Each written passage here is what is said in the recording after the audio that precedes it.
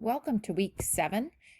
This week we are going to be continuing writing formulas for ionic compounds, but this week we are going to work on writing those compounds with polyatomic ions and transition metals. All right, so let's first review what we covered last week a little bit. Last week we learned how to write formulas for what we call binary ionic compounds with just 2 elements. So let's see if you can first remember how to write those formulas. And thinking about what is our main rule when we're writing ionic formulas, it is that the compound has to be neutral. So your positive ions have to equal your negative ions. So you get a 0 charge. And we call this neutral. And so that is one of the very important things as you're writing these compounds. All right, so what would be the formula if you had sodium and iodine? So remember the steps from last week. The first thing, of course, you need to do is locate sodium and iodine on your periodic table. You can use the periodic table that's in the folder from last week. Then you need to figure out your charges. So if we have sodium, it's a +1, iodine is a -1. And so our formula is going to be NaI.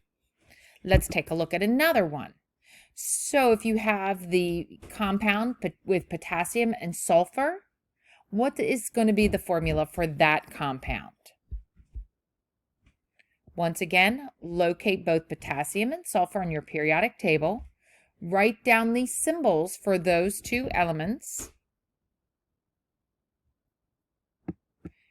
And here's your formula, K2S. Potassium is a +1, sulfur is a -2. And so we have K2S. You got to have 2 Ks to get the S's to equal out. Or you can use that cross rule that we talked about last week also. And so now we're going to move on to looking at polyatomic ions. So if you take a look at that word polyatomic, poly means many, atomic, of course, referring to atoms. And of course, these are charged ions. So we've got a group of atoms with a charge. So just like chlorine, this would be considered a monoatomic ion. It's a chlorine ion with a negative charge. This one is 1 sodium, there you can see in blue, and 2 oxygens, and they're combined together with a -1 charge. The reason is because the protons don't equal the electrons. So if you added up all of the protons and all of the electrons, you've got 1 extra electron. And so that's why you've got a -1 charge. And so we can represent this whole group, NO2, with a charge like that, NO2 -1, just like we would have with chlorine.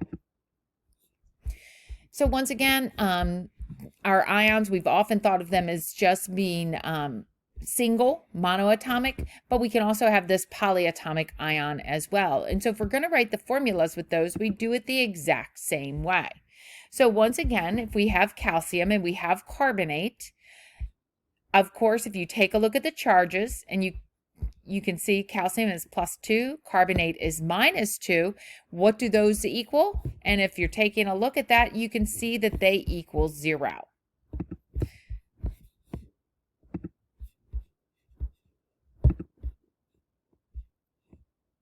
And so, like I said, you can simply do the math here. You can say, oh, okay, well, those 2 things together equal 0.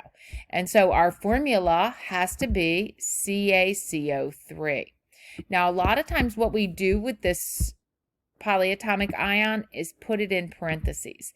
That way it's a little bit easier to recognize. Now, the thing about those polyatomic ions is you can't change anything about them. This carbonate polyatomic ion you see is 1 carbon atom right here. And then we have 3 oxygen atoms. Once again, there's more electrons than protons, so we've got a -2 charge. And like I said, you may not change that.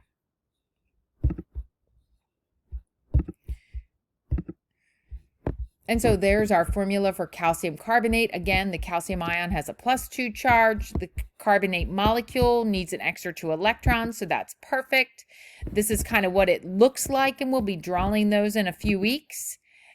Again, it's got 2 extra electrons, or it wants to get 2 extra electrons, and calcium can give those to it. Ammonium sulfate is a compound made from 2 different polyatomic ions. So in this case, we've got, again, carbonate, which we've just looked at, and we have ammonium. Ammonium is one of the few polyatomic ions that's a positive charge. So here, if you're looking at the structure in the middle in blue, you can see the nitrogen atom, and then all around it 4 hydrogen atoms.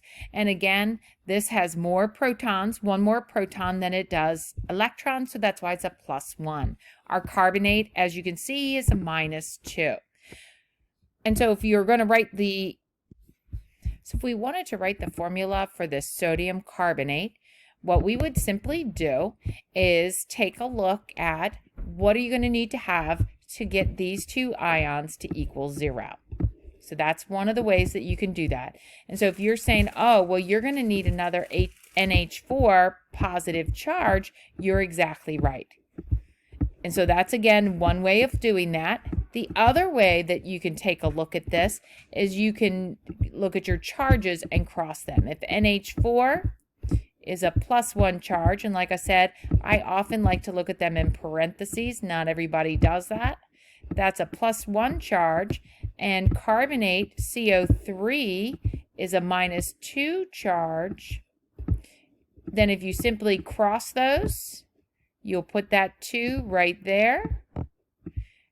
You'll put a 1 right here, and then reduce. And you don't really need that 1 right there.